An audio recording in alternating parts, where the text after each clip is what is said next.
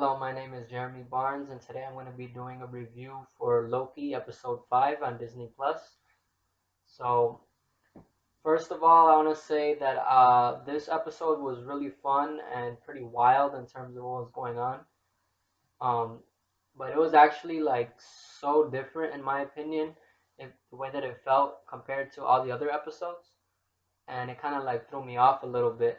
So, I didn't have the best reaction to it, but I definitely enjoyed watching it. And I think the thing that definitely stuck out the most to me in terms of positives for the episode was the humor. I think that was definitely the strongest aspect of it. The drama was a little bit lacking for me. Like there were some moments between characters that were supposed to be like a little bit emotional, but for some reason for me, they just didn't really hit that well. But nonetheless, I did enjoy myself for the whole time, and it was pretty interesting and fun to see exactly what the void is, which is where Loki goes at the end of the last episode. So I'm gonna go into my favorite parts of the episode and some of the things that I think could have been better, or what I would have hoped to have seen instead or more of. Um, and I'm actually gonna start with that. So I thought episode 5, this episode, was gonna be like the episode 6 of WandaVision, where we saw the trailers and we saw that Wanda and Vision were gonna have a Halloween episode where they're wearing their comic book accurate costumes. And similarly in the trailer for Loki, we saw President Loki, and I was expecting that this episode, the one that he appears in, which is this one, episode 5, was gonna be like that, similar to WandaVision, where it's like it's the one that I was waiting to see, but it didn't hit as much as episode 6 of WandaVision did for me. Like that was actually my favorite episode of WandaVision, but this one was like more in the middle of the ranking of every episode so far. Um, I definitely did like it. Like it is one of the better ones, but I think my favorite is still episode 4, the previous episode, and episode 1, and then I think it's this one, episode 5. But if I watch the whole show again, it might change. Like I might like this one more than episode 1, but episode 4 is still hands down the best one for me. So I wish we would have gotten more President Loki because he was really like just in and out, and I thought that like I wasn't sure what to expect from President Loki. I thought maybe it would be like the main Loki that we were with throughout the whole series, the TVA Loki. But he's an alternate Loki, so we only see him briefly, and we don't really know much about him. Like we don't see how he became the president or anything like that, because the void is just where all the pruned objects go and people. So he was already zapped a long time ago, and he's just here now. So there's not really much to the story in terms of that. And similarly, I wish we would have gotten a little bit more into boastful Loki, the big black Loki with the big hammer, and they didn't even say really what it was, which is another reason why I think I was kind of like let down by that. Like I was hoping to find out more about that. Like, is it Mjolnir? Is it supposed to be a version of Mjolnir? And if not, like, what is the story behind it? We didn't get any of that. We just heard like his story of like why he was a variant or his Nexus event, and he it seemed like he was lying. Like nobody believed him. Um, but he said that he killed both Iron Man and Captain America and gathered all 6 Infinity Stones. And I don't believe him either because that's just like too crazy. But he didn't even mention the hammer, so I don't know. Um, and I'm surprised Loki didn't ask him about it. Like I thought he would have. Like, damn, like is that my brother's hammer? Like what? Um, so so that was just something that I was a little bit let down by. But the other Lokis that did get more of the focus were all pretty cool. Classic Loki, Kid Loki, and Alligator Loki. And Alligator Loki was actually my favorite one of all the new ones. Um, just because he was like hilarious in my opinion. His expressions, like every time they're talking, all the Lokis, then there's like a joke. The camera points to him and like his eyes move a certain way, and it's like he's talking back, and it's just hilarious. Like the way they shot it was perfect in my opinion. Um, and then classic Loki was probably also up there for me, but he also got the most to do. Like that whole sequence at the end was dope. Um, and then his story about his Nexus event was also really cool. How he's actually a Loki that survived Thanos in Infinity War. And I was like, when he was telling us his story about how he projected himself instead of like trying to stab Thanos, I was like, why didn't our Loki do that? Like he's done that so many times before where it worked, so why wouldn't he try that with Thanos?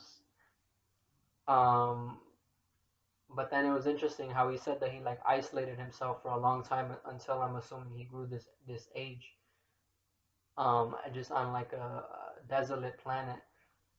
So that's kind of interesting and kind of crazy, and it seems like he like reevaluated his life, and he's like, why was I a villain for so long? And it seems like he wanted to be better, and I think he motivated or inspired our Loki to do something similar. And that's kind of like the whole idea of all these Lokis that are together that meet the TVA Loki at the end of last episode. Because Kid Loki is also seems like he wants to be good as well, and he says that his Nexus event was killing Thor. So I was like, damn, that's crazy.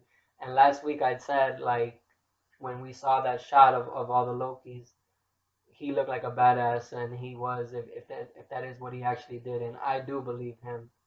I think he did actually do that because one, if he's a kid, that means Storm was also a kid, so it would be easier to kill him as a kid than if they waited until they were adults. But still, like that's kind of crazy. So yeah, so that was pretty cool. And one of my favorite parts is when our Loki he's like trying to leave because he wants to go kill Alioth, the big smoke monster in the void. But then he's stopped by a whole gang of Lokis led by President Loki. And then they all go inside, and we find out that boastful Loki actually betrayed the team that he was with in order to rule over the army of President Loki. But then it turns out that President Loki, was lying. He's like, nah, you ain't getting shit. And and then they all turn on each other. Like all his army turns on him, and then it just turns into a big Loki versus Loki, etc. battle, which was crazy and wild, but it was so much fun. And Alligator Loki bit this man's hand off. That was insane and hilarious. Um, so yeah, that was a cool scene, and we saw the Lokis use more of their magic, which was really cool. Classic Loki has like really mastered teleporting. Like it's kind of crazy because at first in episode 3, when Loki was using his telekinesis, when all the meteors were falling and Lamentus won, and the building almost fell on them, I thought that Loki like had a time reversal power, but I think he just moved like with telekinesis the building back up. But we saw him also teleport in that episode, which I guess he's kind of always been able to do, but it's kind of crazy that he can teleport because it's like it's like just using the Tesseract. You know, like he doesn't even need the Tesseract; he can just teleport. So that's cool, and we saw classic Loki do that, and he does seem to be the most skilled with sorcery. So I was like, oh snap, he could just teleport like that, and it has a similar effect to the Tesseract, and also to Hela when she came out of her cell or whatever, when Odin died in Ragnarok. So that was kind of interesting. But later in the episode, we see Sylvie. She prunes herself because she's like, oh, well, if Loki's still alive, then that means I'm going to be alive too.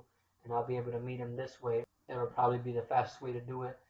And then she reunites with Mobius, or she sees Mobius, Mobius sees her and drives to her, and then they reunite with Loki. And it was cute seeing like a little awkward moment when it was just Loki and Sylvie talking, and they're talking about like their Nexus event on Lamentus One, and like kind of like they're not sure what to say because neither of them have really felt the way that they're feeling now about each other or just about the situation. Um, and then the same thing close to the end of the episode when Mobius is about to leave, and Loki hugs him. That was a nice moment. But for some reason, these were the parts that like they didn't really hit. Like I feel like they were supposed to be a little bit more emotional, but they didn't really hit me as much. Like it was cute, but it didn't move me like too much, you know. So I don't know. But I actually watched this episode with my mom, and I think she was really moved by it. So she liked this one, I think, a lot more than I did. And I think that might have been her favorite episode. So actually, now speaking of Mobius, I also would have wished to see him wake up in the void, like how we did see obviously Loki, and then we also saw Sylvie.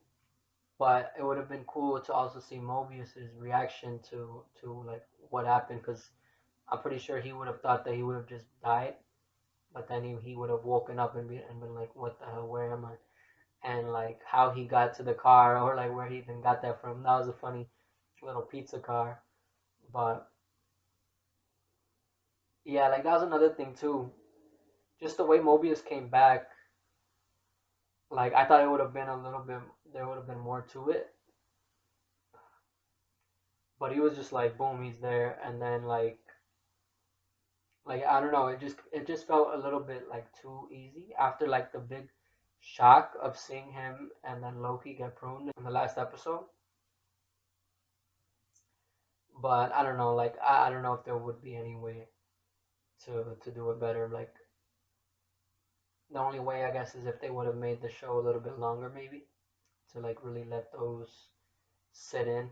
Um, but the best part of the episode, which was really cool and probably one of the best parts of the whole series so far, is at the end when Loki and Sylvie were trying to take out Alioth by enchanting it. But then Alioth is still going towards Sylvie, and it's about to get her, but then classic Loki distracts it by conjuring the entirety of Asgard with magic, which was insane. I was like, holy smokes, this man is powerful. Um, that part was cool. It sucks though that he ended up being taken out, but he's lived a long life, so I guess he figured, like, let me let these youngins, these young versions of me, take the cake, and they could change their ways sooner than I did, and maybe we'll end up living a better life, which I think will happen. So it was also cool seeing a lot of Easter eggs in this episode, like a bunch of different objects from the MCU and from Marvel Comics that were here in the Void, because they had stuff from all the timelines that were pruned. Like not just people go here, but also like if they do the reset charges, all of that stuff comes to this place too, from what I understood. Which must mean that every location that Sylvie hit when she bombed the Sacred Timeline must be here. So that's pretty wild because there was some crazy places on that list. But probably the coolest one was seeing Throg, the frog Thor, Frog of Thunder. And when I saw that at first, I wasn't sure what it was. I was like, "Is that Ant Man?" Like I saw something jumping. It was when they went to the underground bunker with the three Lokis or four Lokis, including Alligator Loki, and we see Mjolnir. and then we see something jumping, but I didn't put the two pieces together, and I didn't see it until later online, and it was Frog Thor, which was insane, and that's hilarious because we've heard about that in Thor Ragnarok, and I've also seen it in animated form. I think in I think a Spider-Man cartoon. Um, so that was wild. So now we got Alligator Loki and Frog Thor. That's dope. And I bet you like they're from the same universe. Alligator Loki is the one that trapped Frog Thor in that jar, and he was jumping up trying to get Mjolnir. That was crazy. Um, and then I didn't see this, but other people saw it. That there was the actual Thanos helicopter here as well, which was hilarious because in Endgame there's like an Easter egg to it with his double-sided blade. It looks like a helicopter, like rotors or whatever, the blades that lift the helicopter up. But now we actually seen the helicopter, so that's pretty insane. I wonder if if that blade from Endgame actually is from a helicopter, which it would be hilarious to see Josh Brolin's Thanos actually riding that. It would be so hilarious, especially because it's a yellow helicopter. It would stick out like the sorest thumb in the whole multiverse. Um, and then some things that I noticed in the backgrounds were Ronin's ship from Guardians, Ronin the Accuser. It was crashed down on the side, I think, when all four Lokis were looking out at Alioth. And then there was also a helicarrier when Alioth was approaching somebody. Um, and it actually kind of reminded me of the AT-ATs or the big Imperial ships from Star Wars in the Force Awakens in the sand. Like that's pretty crazy. Like seeing these giant vehicles just crash down in this like hellscape or purgatory. You know, this post-apocalyptic world of the void. And then something else that I didn't notice either, but I saw later online, was that Yellow Jacket's helmet was actually there. You know, the villain from Ant-Man. And I wonder if it's here. Like, I wonder if he's been here after he shrunk from that movie. Because Ant-Man, like, he messed up his shrinking device on his back pack, and he seemed to have shrunken down like to impossible levels. So I wonder if he lived and he came here, or if it's just another version of him that was like pruned or whatever. Um, but he's actually supposed to come back. I've heard for Quantumania, Ant-Man and the Wasp 2 slash the third Ant-Man movie. So that's kind of interesting, and that's probably why they included that here to remind us of him, so that we'll see him again soon. So that's pretty cool. I actually like I actually thought he was pretty cool in that movie. Like, I don't think he's my favorite villain ever, but I also don't think he's my least favorite. Like, I actually thought he was pretty cool. Especially the design of his costume was dope in my opinion. But then there's something else that was like a huge deal, which I didn't see until very recently online. Which there was a head of what looked like a statue of the Living Tribunal, which is a huge cosmic entity in the MCU, and that's crazy because I don't think he's ever been like confirmed to exist in the MCU so far. Like there was some concept art that they had for Infinity War where Doctor Strange was gonna see him, but they cut that from the movie obviously, and I don't think he's been in anything or referenced before in anything else. But this is pretty much confirmation that he does exist or he has before. But I'm pretty sure what we saw here is just a statue of him. I don't think it's like actually him because it doesn't look like a head, like a living being's skull. It looks like stone. But that's still pretty crazy though. So now I'm gonna go into my theory on who actually they see at the end. So when Sylvie gets there and she sees Elias right away, like she lands right where he is, um, she like she has a connection with him with her enchantment, and she sees like really quick flashes of what's beyond the void at the end of time, and it's like some sort of castle. And then at the end, when they finally enchant Alioth, and they part the mist of what used to be Alioth. We see the castle.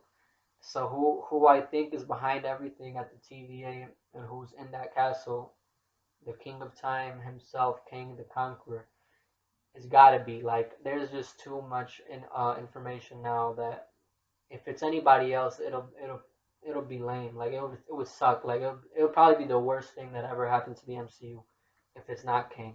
But it's gonna be Kang because we already know Kang is coming, so it's gotta be him. And it's interesting that he's coming in Quantumania, which I just said. Yellow Jacket is also gonna come back in, so that's just another thing that connects that right there. But I'm gonna go into like some specific details from this episode alone that supports that Kang is probably who that is there. So first of all, in the trailers we saw Avengers Tower, which is here. There's like the New York skyline here in the void, but Avengers Tower is not Avengers Tower here. It's a different name tower, so that means it's something that was created later after Tony Stark sold it in Homecoming. And it's crazy because I thought that was the person who bought it was gonna be Norman Osborn because it happened in a Spider-Man movie, and Norman Osborn, it would be cool to see him in the MCU, and it could still happen, but the person who it belongs to here is Kang, but it's spelled Qeng instead of Kang, which is how King the Conqueror is spelled. But from what I know, like I haven't read the comics, but I saw some research. Um, that's also a variation of Kang and his many variations throughout the multiverse or the disparate timelines. Um, so that's like a huge sign, and it says it on the tower, and you could see it here. So that's pretty crazy. And then when we see Mobius come out in the little car, we see a Sphinx statue from Egypt, and then there's some more Egyptian statues behind it. And that pyramid is actually tied to Kang's Ramatut persona from the comics. And from what I know, I think it's actually a vehicle that he uses to travel through time, or something like that. But it exists in Chronopolis, which is Kang's city out of time, which actually the Void might be here in the MCU and Loki.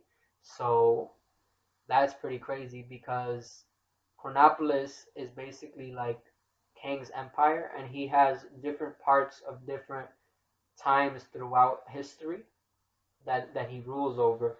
So that's why there's so many different things. Like there's stuff from Egypt, there's New York City here, and who knows what else. And I actually think that castle that we see at the end is probably like the main tower from the comics, where I'm assuming Kang resides. So the design of it is a little bit different, but it's probably supposed to be the same thing. And then another key indicator that it's most likely Kang is just the presence of Alioth, because here Alioth is protecting the castle. Like it's supposed to block that so nobody goes that way, so they don't find Kang. Um, and Alioth has been shown in the comics going to Chronopolis. Like I don't think he works with Kang in the comics. He's actually like a separate entity, but they're both time manipulators and like people who or creatures who want to control time. Um, but a lot of times I think Alioth has attacked Chronopolis and tried to take it over in the comics. So that's pretty crazy. And yeah, I just can't wait. I can't wait to see like what's gonna happen. It's gonna be crazy.